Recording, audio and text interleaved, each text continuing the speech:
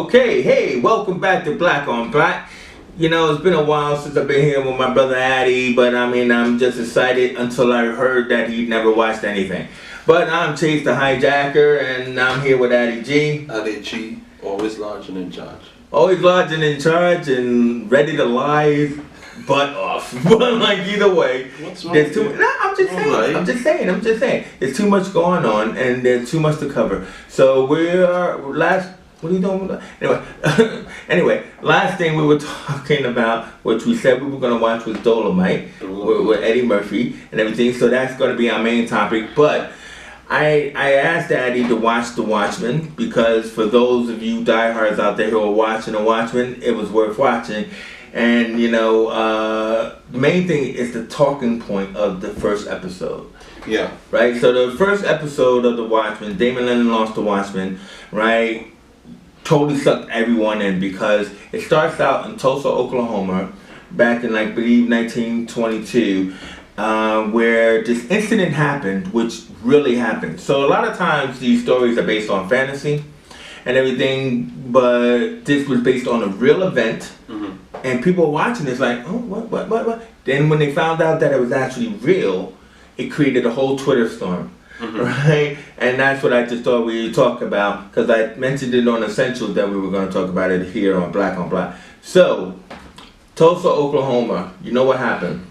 Yeah. We know of those, the Tulsa race riots in I think 2021. Yeah.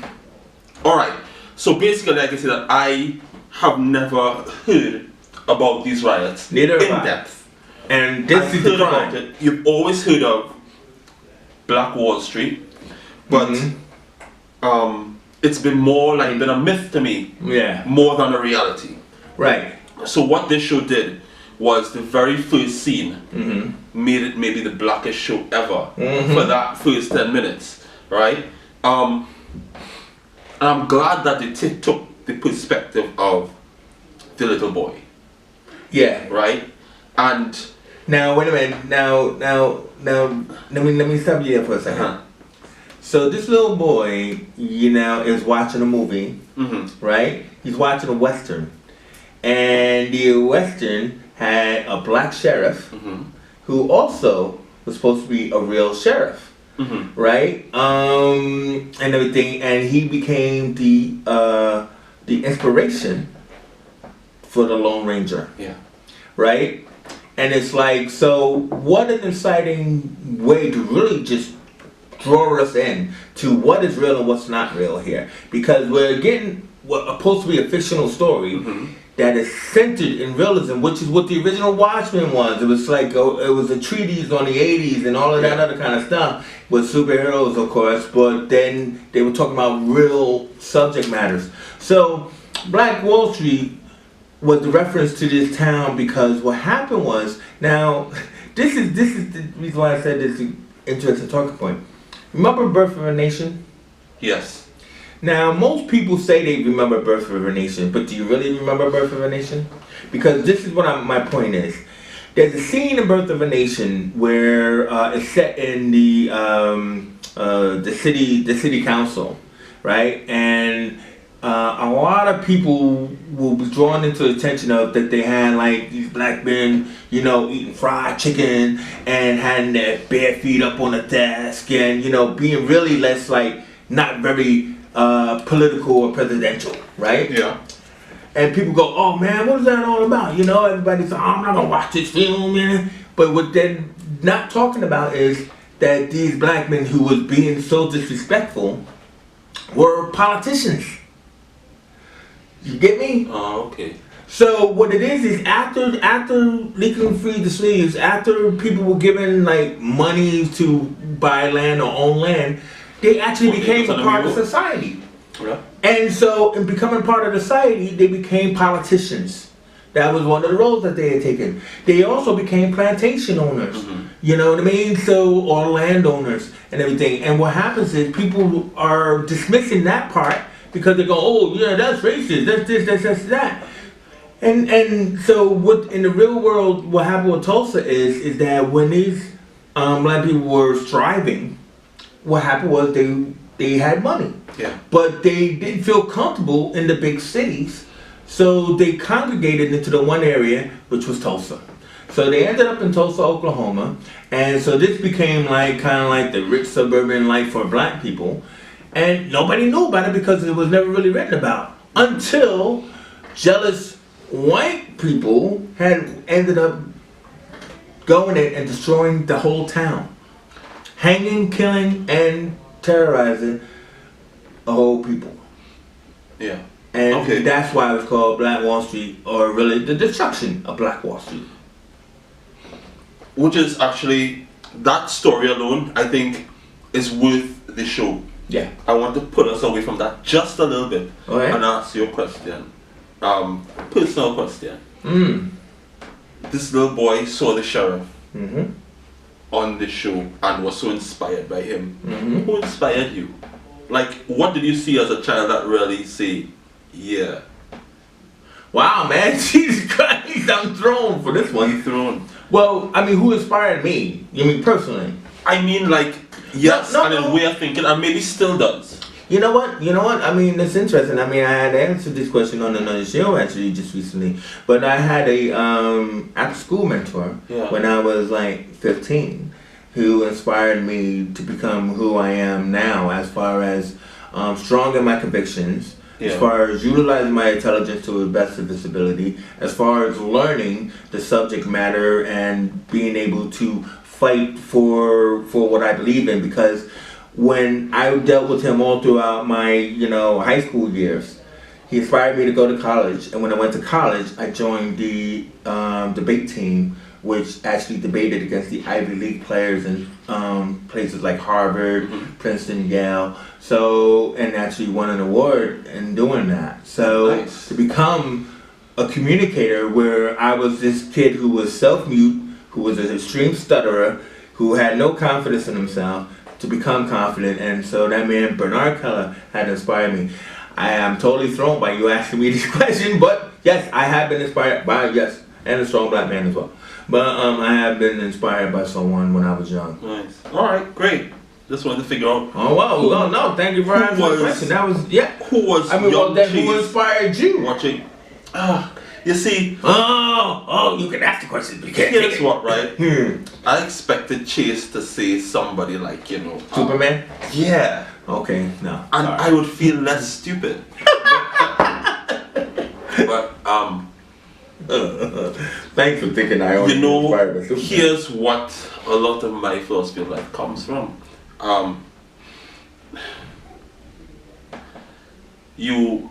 License to Kill, Pierce Brosnan. Yeah. The James Bond. Yeah.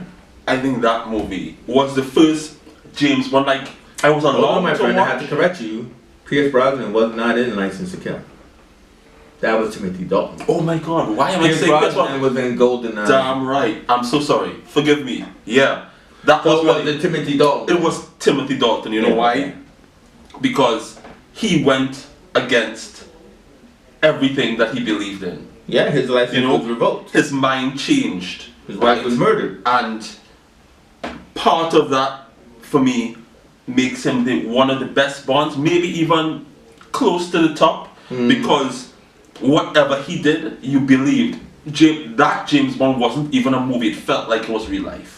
Well, it actually was a better retread of On Her Majesty's Secret Service, and it originally was supposed to be called License Revolt and stuff like that. But like the main thing about it is Timothy Dalton did come out strong with that, and only did another one with Living Daylights. But Timothy Dalton was a really good Bond. Yeah, he was. We should be talking about Bond, but my favorite thing about that is that he was cast or asked to play James Bond at the age of 19, and he turned it down. Wow. I mean, they asked him again when he was older, and then that was check him out. So like I just want to continue on the line of Watchmen before we move on to the main topic of Dolomite. Is that like I know you haven't caught up with the series, but what was interesting was you do know about Regina King, because you did say that Regina King was one of the reasons why you wanted. You just said Regina King, and I got goosebumps writing right up. Well, let me just say, we know that I think it was last year that she got the Oscar, right? Yeah. For well deserved. Talk. But here is like Damon Lindelof. I don't think it's just Damon. I think it was her. It's like she's like, I want to be a superhero. Yeah. I want to be powerful, and I want a story that I can show off that. So she plays a character named Sister Knight, who was a cop who was shot in what they call the White Night, which is interesting, because like Tulsa, in the present day, the city's being overrun by Rorschach, Rorschach mob, and the cops, because their identities were out there, you know, they were being all targeted and attacked and everything, and she was one of the survivors, and so now the cops all wear masks. Yeah. And that's where the idea comes from, which we've seen in the trailer. What I actually like is how the world was created. Because the creator, Alan David Moore. Oh, you mean for the show, For the David show. Lindelof, yeah, David- who died behind Lost and Leftovers. he was originally one of the writers from Lost. Yeah. So I love the way he built this world. Yeah. And He's the a great whole world the interesting thing about it to me is that there was no talk of the show before it happened. These guys who did Game of Thrones, they were going to do a similar show on that trend. Oh, called the Confederate. Yes. Right? And as soon as they started to talk about what the plot was, Right. the whole internet started to get an uproar. It was really from black internet didn't like the idea. Yeah. Well, it's stupid, right? This guy comes up and does almost the exact same Do you really think this story. is the same thing? It was, because the whole idea was that what if the Confederates Took over. won? Yeah, what if the Confederates won? Yeah. Yeah, Like, what if the Nazis won the war? Yeah. exactly. So therefore we have this whole new world, and as much as we can look at it, he didn't come and talk about this. I swear that if he talked about this 6 months before, it would have never been made. Yeah, but I mean, yeah, I can hear what you're saying, but it's not that. It's not the. I don't think so. It's not the Confederate. It's not the kind of like the Confederates taking over. It's the fact that we are in a world of not so invisible racism, right? We're in a world where it's like you got a society of people who are overtly racist, and they let you know it by wearing the mask, telling you that they are racist. But you get a lot of people, like we talked about like a week or so ago, where I'd rather see it coming, Yeah, definitely. as opposed to it being hidden, Of course. right? And so that's what the show is about attacking it on its head, right? And because, so what happens is, one of the opening scenes is that Spoilers. a black cop. It's not spoilers. It's been on for 3 weeks now. It's a spoiler. Spoiler for you. I'm I'm sorry. And But not for anyway, me, for you. I consider a long time for spoilers. I'm telling you, watch this show. But so a black cop Yeah.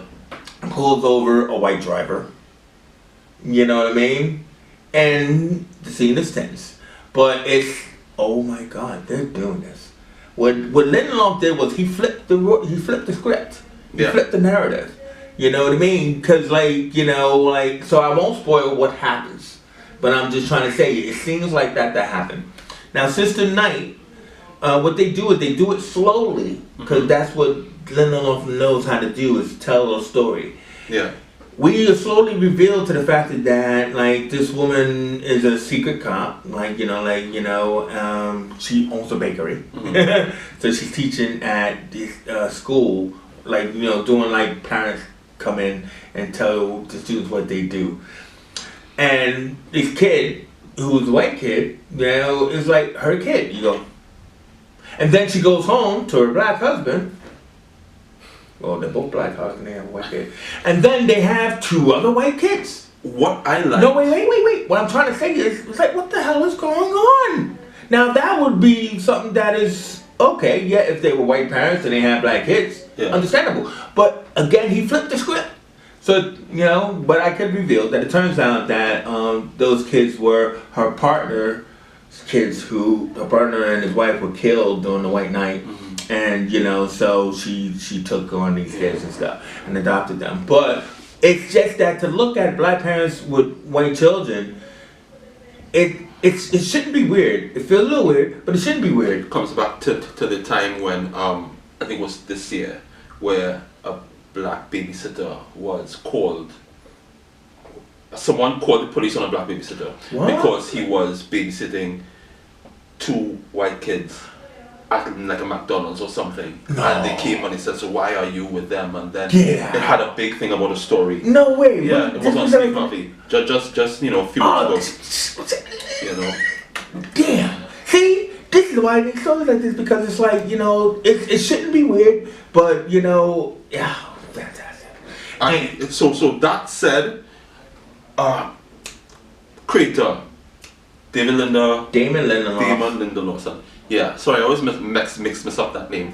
I was listening to an interview from him, and he said there's no way, when he was approached to maybe write something about this, he said he started to think about what is the major thing in America right now, and he says you cannot look at anything now unless you look at it through the lens of race. Right? Through the lens of race. Through the lens of race. That's a very good way. And it was clearly obvious that Watchmen was a show that started and slapped you in the face right away. And it's still slapping you with each episode. I haven't watched the full thing. I've only started to watch the beginning. But my thought, my wanting is that this Watchmen, as I'd like to see it, stays true to the Watchmen story. It's not like a Zack Snyder who really doesn't use source material whatsoever. But I would, and it's not like the movie, because the movie was more or less shot for shot from the comic. So if my hope is that if you watch it more, the characters develop a lot more, and it also looks like the comic a little bit, because I want to feel safe that here's what, this is still my world, Well, it does, I mean, I'm watching it, and like, this is after Watchmen. So like, there's a comic series that came out before Watchmen and everything. This show is after Watchmen. Okay. So, and what's great is, you remember how in the Watchmen they had Tales of the Black Freighter? Well, so they had like this superhero documentary that is about the original Minutemen and stuff like that, and so that's going on like in a sidebar, like as a subplot, so it started out with Hooded Justice, which was an excellent sequence, but we also get, like in episode 3, we get Silk Spectre, as she is today, the one who was with Dr. Manhattan. We also get all these name drops of Dr. Manhattan and everything, and Silk Spectre, played by the lovely Jean Smart. She's just excellent, and I mean, but she going off against Regina King. I didn't think. Listen, I grew up with Regina King in 227. Oh my God! My God! Let me touch that.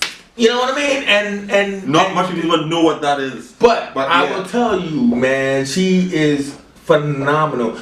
And this is one scene where Jean Smart tried to intimidate her, and she's not intimidated at all. But it's just that, I'm just loving this, man. She's also every new series that comes out, people keep saying this is the one, like Teen Titans or The Boys or whatever, and now it's Watchmen, and it's kind of like, all I'm doing is I'm waiting for the next series to come, because they've been all phenomenal. So I just wanted to just say that I wanted to be able to talk about the Watchmen and or in that whole race political kind of realm, because this is the place to talk about it, because it's just really interesting, well worth the watch. And hopefully you'll be watching it. This is going to be a long show, but now we're going to get to Dolomite. Well, it's not that long, but yeah, we're going to do Dolomite. Let me read the IMDb for it first. It's Eddie Murphy. He portrays a real-life legend, Rudy Ray Moore, the comedy and rap pioneer who proved naysayers wrong when his hilarious, obscene kung fu fighting alter ego Dolomite became a 1970s blaxploitation phenomenon. Director Craig Brewer, writer Scott Alexander, and Larry Krasinski. Krasinski. Alright, whatever. Krasinski. Yeah. Anyway. Okay. I'm not Jewish. Dude. That's not even the Jewish name. Is it? I don't think so. Polish. Karusi? Yeah, probably. Yeah. Look at that. We're so offensive already. But either way you look if at you it. have complaints, send it all to Chase at No, BigCondorOnline.com. I started getting fan mail. So anyway, Dolomite. Oh my God! First of all, before we talk about Dolomite, did you get to even see any bit of the original Dolomite Rudy Ray Moore? Did I watch the original Dolomite twice? Because it was so good. And then I watched it twice. So good. I lied to my girlfriend and said, "Hey, let's watch it again."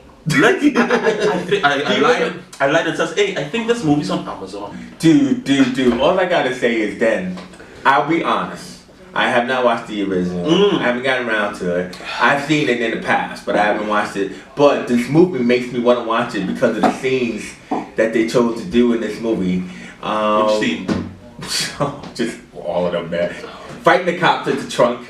You know, with his kung fu, the blowing up the car, and Mike Epps going, "That's my brother's car." You know what I mean? Yes, right. You look at Dolomite is my name, Eddie Murphy. Yeah, Dolomite is my name. It's Eddie Murphy. He does the most. Whatever he does, I love that he just brings everything to the show, right? Yeah. And he did that kung fu scene. Like I watched that about 5 times. He did that scene, right? And then you watch Rudy Ray Moore does it. Oh. Now Rudy Ray Moore was not as bad as Eddie Murphy's interpretation of it, but Eddie Murphy got it. You know what I mean? No, this show is a show that all these actors got what it's about, and they didn't actually have to. But I think because when they do it in the movie, you know, they don't cut it. So like I think what you saw in the Dolomite film had the ability to you know cut it to make Rudy inside and outside. Remember when Wesley Snipes says, "Is there any way we could shoot this so it looks like he's actually hitting the movie?" You know what I mean? There's no such thing. But you know what? No, what's great is that Derval Martin, that Wesley Snipes plays, I actually know that actor. I don't know him personally, but I mean I know from films or whatever I've seen it. And Wesley is doing a really good interpretation of this guy. You know, because it's funny because he's only like you know, a secondary actor in films, but because he's black, you know, put him in that film and put him in that film. So they just his interpretation of it. It's really awesome. As much as I was happy to see Eddie Murphy back, I was more happy to see Wesley Snipes. Oh, he did. Wesley Snipes is like so. Yeah, man. Just because he has some money problems, you know what I mean? Well, not only that, he has some good scripts being thrown this way. Till now. Hopefully. I mean, you know, and stuff like that, and hopefully you get some kind of thing in Blade. But you know, again. So did you ever see Bowfinger with Eddie Murphy with Steve Martin? Yes. Which this movie really, a lot of people saying this is like Bowfinger 2. Oh no, it is very much like Ed Wood, but I mean in the essence, I mean, especially Johnny Depp's performance. But this is, I mean, when Eddie Murphy's portrayal in Bowfinger is a lot like this Dolomite character, but it's just really good. I just love how you could put a really good ensemble around you as well. Mm-hmm. You know, with Craig Robinson and Mike Epps and the woman and everything else like that. You know, this is great, and I'm pretty sure like that end scene, you know, the theater was, I don't know if it really happened that way. It would have been, when Eddie decided to go out to the crowd. Cut, and he gets up and goes. No. Actually, at the end of the movie, when the movie finally premieres. Oh. And the people can't get it because it's sold out. Yeah. You know, and then he recognizes like, look, you came here for me, so I'm going to give you me. I think it didn't matter. I think that it was real or not real. It didn't matter what you know. I think but that it was great ending. Yeah. That scene put there when he came out and he greeted the boy. Yeah. You could see that right there in that moment. Yeah. Was almost like the birthplace of rap. And there was a homage to, because they didn't directly talk about how he influenced rap. They did. But they mentioned it. But yeah, he did influence. And T.I. was there, so those were okay nods. But that little boy at the end, and the kind of thing, that was like how kind of rap started, that kind of back and forth rap battle kind of thing. Yeah, because it's that whole deal about like we need to see ourselves on the screen, you know. And I think I think that was forced. I think, for me, I like the show, yes. No, not but forced. It was, you might mean it was cheese, I think it was but also I love a bit of cheese. I think it was also I love a bit of cheese with my cotton. But no, what I'm just saying is that, no, I meant I'm from the 70s, man. I mean, like, we needed to see ourselves on the screen because we were loving Bruce Lee and all the Kung Fu import movies that were coming in. Yeah. But we needed to see ourselves do it. So even though you had like Superfly and TNT and the Mac and all of that, Rudy tried to be. I mean, we had the Black Dragon, Ron Van Cleef, Yeah. but Rudy tried. I'm gonna put it all in there. You know what I mean? I'm gonna do it, even though I don't know Kung Fu. I'm still gonna do it.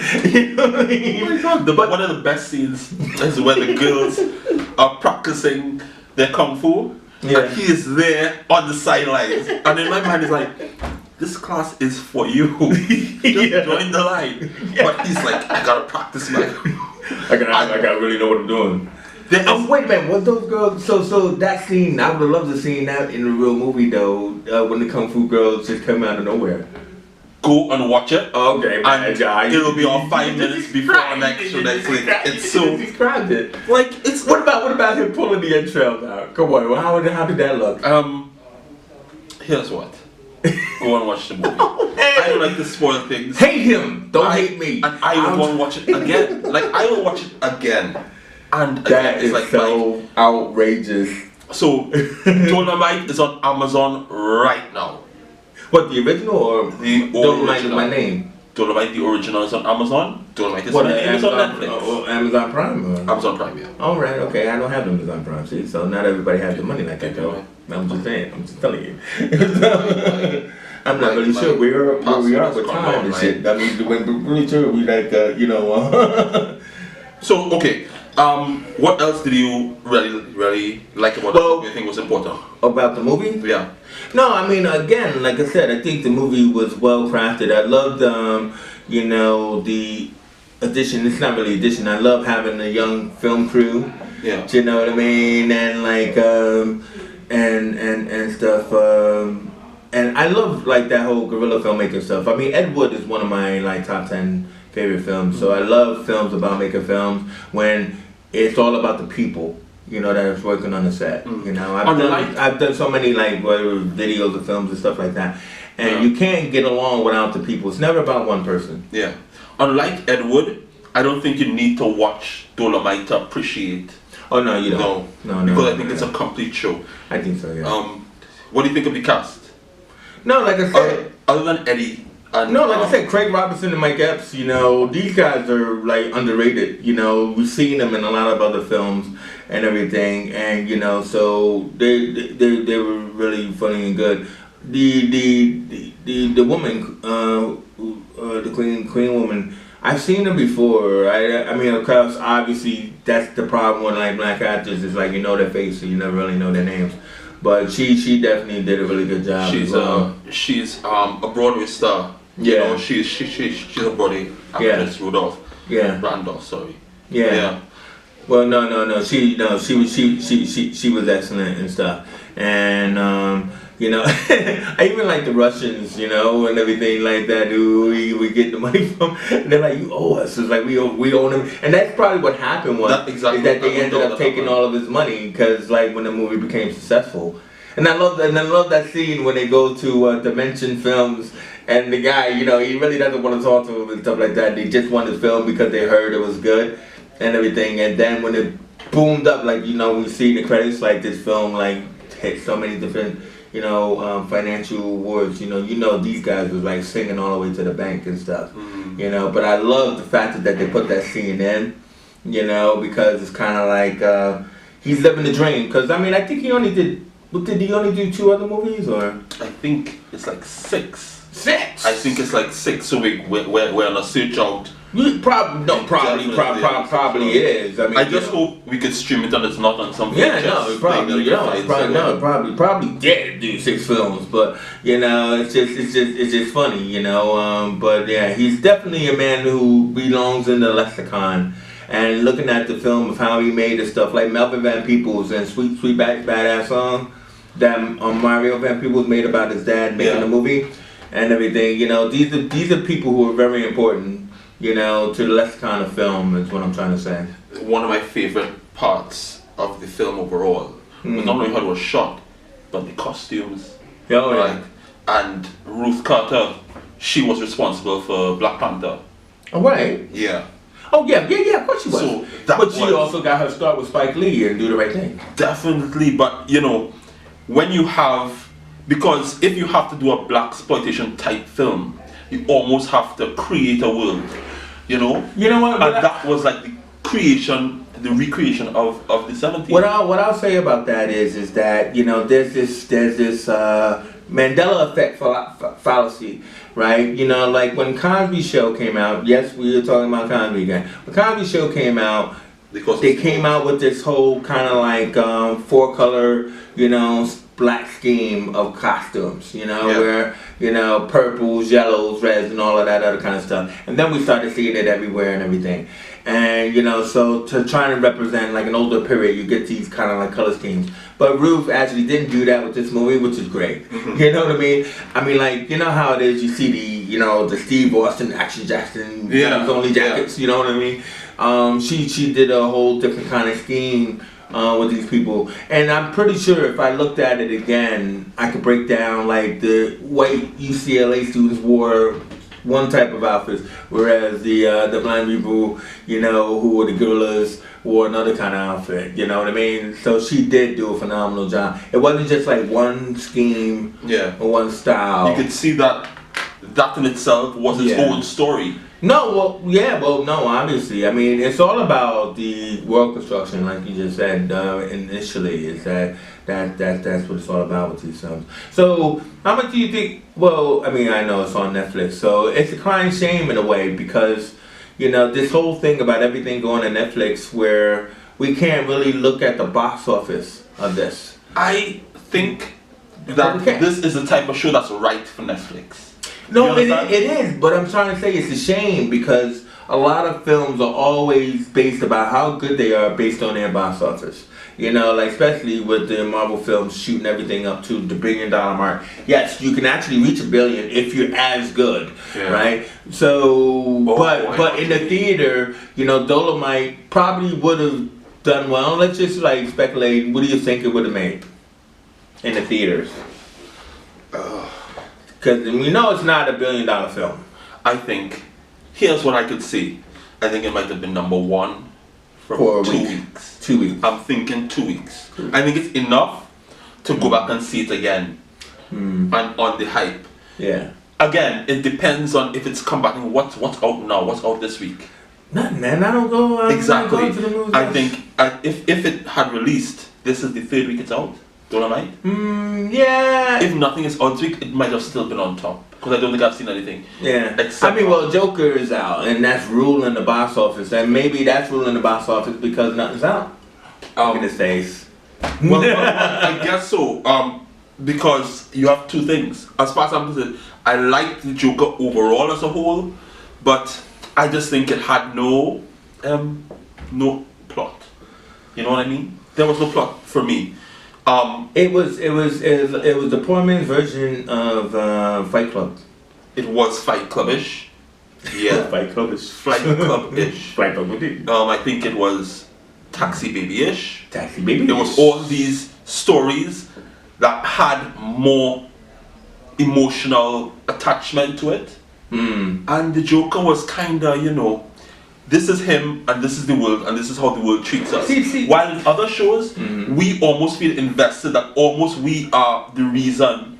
But with Joker, it's separate. Like, I felt I had no, So here's the one speculation. Input. Here's the one speculation, right? A lot of people are saying whether the whole thing was not real, right, or whether only some of it was not real. But the point is the fact that there was two sequences that I'm like curious about, right? So one is Zazie Beetz.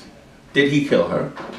And two is the height challenge man, right, who he let leave his house.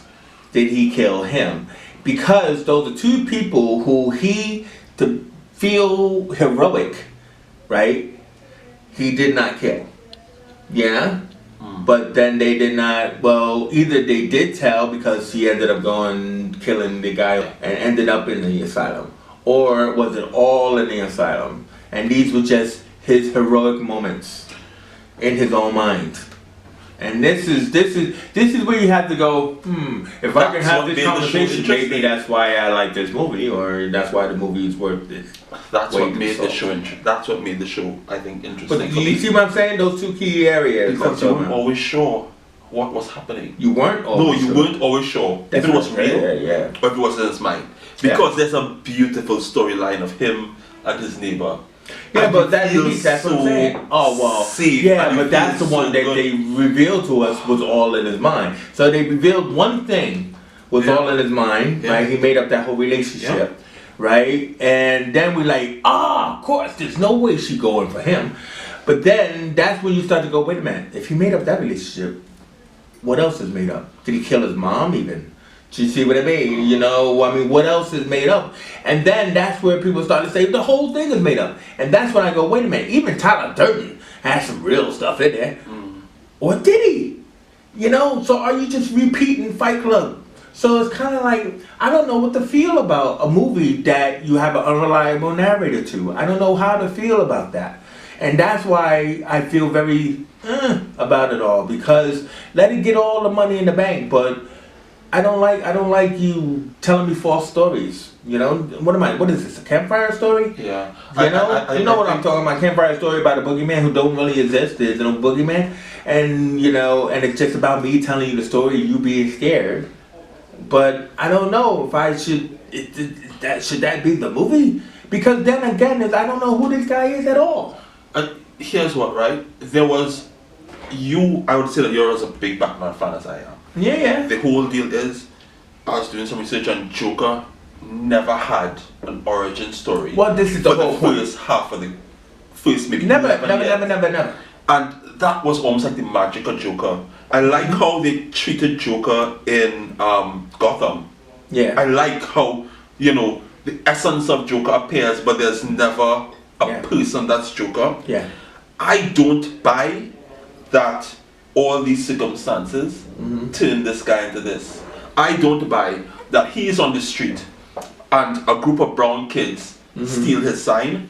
I don't buy that 3 bankers on a train know the second verse to that song. I don't buy it. Yeah. So then all of that is a lie too? It's like whoa! Whoa, you know, I think. Whoa. No, I'm not saying it's a lie. I just said I couldn't suspend my disbelief. See, that's the problem with the freaking movie, man. It's like, I think we're having that conversation now. We're speculating, and I think that a movie shouldn't be about speculations. There should be a reality. Like when I actually have a conversation with someone, and I'm like, and I pull the dots together, and I'm telling you, this is where I think that's going. This is why I think that happened. But what I'm trying to say about what the Joker is, there's nobody going to tell us who's right or wrong. You're all speculating, and it's all wrong. And I don't think that's fair. I think that in the making of the movie, there should be the answer to the movie, right? And people should be clever enough to find it. You as a writer should be clever enough to hide it, right? And then when I win, I get a no prize, but I still am happy that I was right. There's something I heard Glenn Weldon say. I don't know if you know who he is. Glenn who? But he works for NPR. He's an NPR film critic. He wrote a book before on Batman. He also wrote a book on Superman. Great. I think he maybe is the most intelligent person in this. And what he said is that what this film is and what this film is trying to be are two different things. And that's revelatory. And the conversation between that is what's interesting. Not necessarily the film. What do you mean the conversation between what about it is, the film? between what it is and what it's trying to be? That distance between that is what's interesting. That is very good. I don't think Glenn Weldon. I don't think the filmmakers think that because they're going all the way to the bank. So I mean, last topic, and then we gotta go because I don't know where we are, but the Scorsese Coppola argument over Marvel films taken away from what they call real films.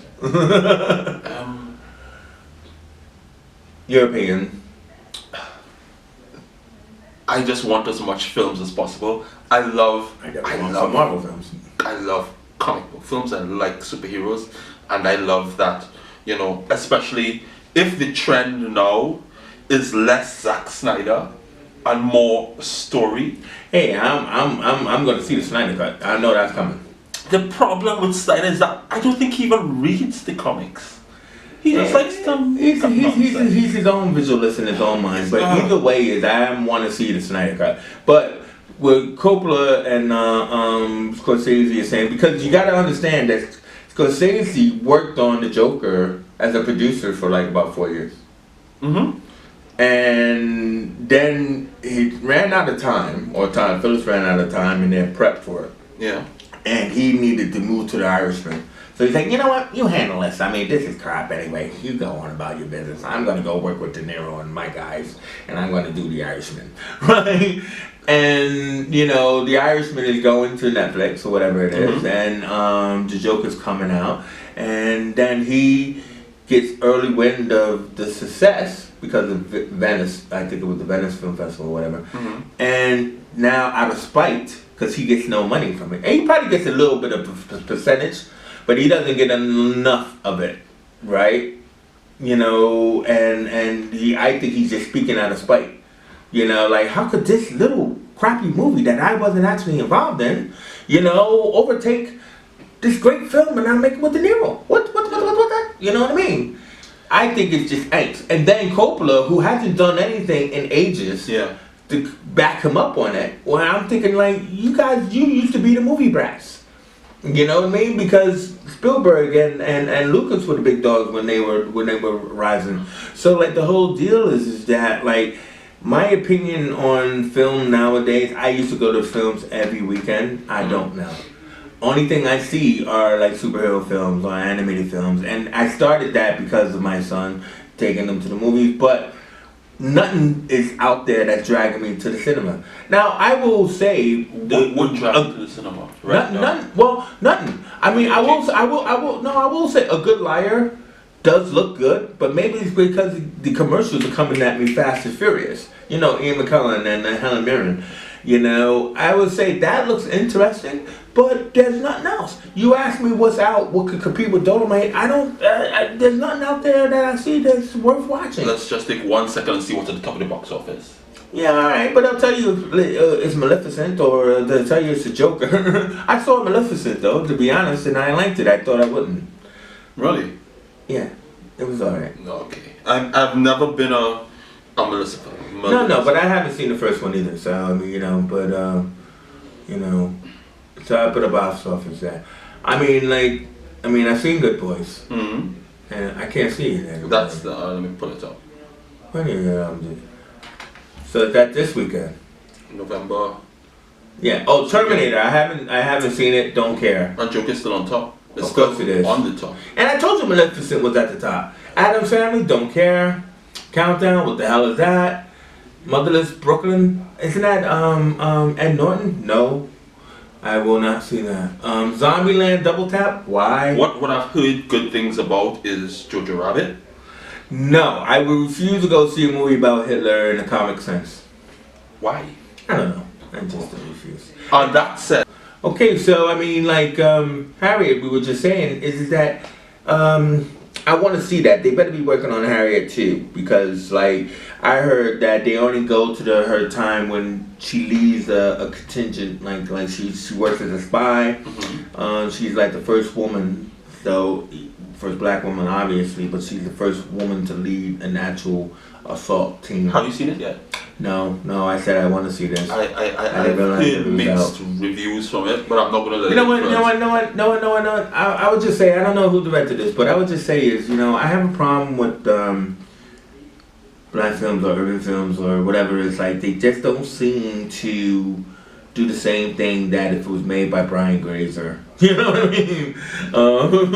I'm sorry. You know, Spielberg made music is not just music unless it's done by Quincy Jones. You know, it's No, like I'm just saying. It's like Spielberg made Color Purple, and it was awesome. So also there, guys, I just want to say the current war. Did you see that? The one about the light bulbs. And no, I haven't seen it yet. Yeah. I It's on my saw list. that was pretty good. And what is great about it is, again, what I said. It goes back to the beginning of what I said. That's why I wanted to bring it up. Is because they depict black people in it as competent workers, business people. Like, so they're black reporters in this film. You know, like when they're trying to do the light bulb wars. And you look at it, you go, was there a black reporter at that time? You know? And I shouldn't say that. But history will tell me that there wasn't. Is that good?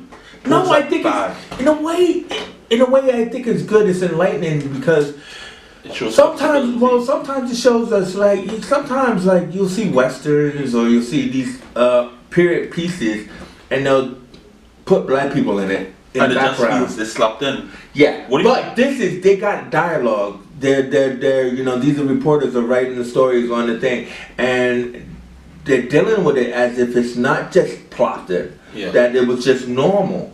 And the thing about it is, why am I upset? I'm not upset, but why am I facing friction when it should be normal? It should be normal that people actually had jobs and lives that was of significance.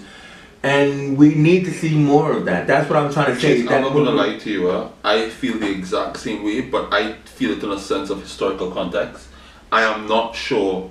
Like, if there was a black person doing it, I would feel okay. But in the sense that, here's what. Why is it? Let's hop back a little bit to the Joker. Why is it that almost 80% of the conflicts that he's had was with black people? I don't like. I've seen. I would not have pictured a black caseworker there. I might not, and even if I pictured that, I would not have also pictured the psychiatrist at the end to be a black person. Ooh, damn! What do you think they're saying? And then the girl who was in love was black, and the woman on the bus, Ooh. and again the kids at the beginning. Oh, Jesus Christ! Race war. I didn't even get that, but you're right. And then the only nice kind of black relationship that it had first snap of a finger. Huh? What was that? The Beats, right? No, let's forget. Let's. I wouldn't count that because you count that just being his wife. I know. But this clown, when he came back to get all his things, and the black clown said something kinda nice, and then dissed him in the next breath. You know? Yeah. Just saying. Like I pay attention to it because again, we said at the beginning, it's hard to look at a show and not have race play a part in your mind, even if you don't want it to. Yep. But so my last statement on the current war with that is the fact that yes, those people existed, and when you actually said to me, "But did they exist?" I will tell you that Watson. Yeah. Who was he? The one who worked on the light bulb was Edison. Yeah. Was black. Yeah. Well, that's a popular story. We know that. Yes. Story. But they didn't portray him in this movie, by the way. And I was wondering why that was. But they had black reporters. So I think that the story was really that he was the one who invented. No, but they depicted Edison as the kind of guy that he was so cocky that he had to take credit for everything. His name had to be on everything. So this was after he invented the filament, or Watson did, and then whatever. You know, and hence Watt for Watson, I think. Yeah. But still, you know, I just want to end it there. But I mean, like, either way, I think this was a very enlightening conversation. Let's leave it at what we came to do with Dolomite. Dolomite. On a scale of, let's say, 1 to 10, what would you rate Dolomite? I would give it a 9. I mean, only because, like, to give it a 10 would mean that it was, you know, something to rise up into my top 10s or whatever, and it's not. I really enjoyed the movie. Yeah. I don't know if I would see it again. I probably would, but I wouldn't rush to. You know, the way I would look at like 12 Angry Men or something like that. So it's not in classic territory, but it's in great territory. It's something that makes me want to watch other things like Bowfinger or Sweet Sweetback. You know what I mean? Because I want to watch films of that ilk, but I totally enjoyed it. So it's still at a high number. Like, I'll give it an 8. Ooh, as you lower said. than mine. No, yeah, because he said it's enough to push you to want to watch the canon It's of highly recommendable. that Rudy Ray Moore did. Yeah. I'll give it an 8 because, you know, I'm in love with the work that was done, and I just felt like there was so much love that was like it hit all the emotional notes for me. Yeah. You know. Well, let's test it. Let's test the theory. And I was glad that I was able to see Noxemer, a little bit of Noxemer again. Noxie who? Wesley Snipes from Tu Wong Fu, remember? No, like that was prep for that role maybe 20 years ago. Whoa! All right. Rest in peace, Patrick. All right. Okay. Yeah. All right. Quick question to our young photographer behind the camera. Did we inspire you to want to see this movie? Oh yeah.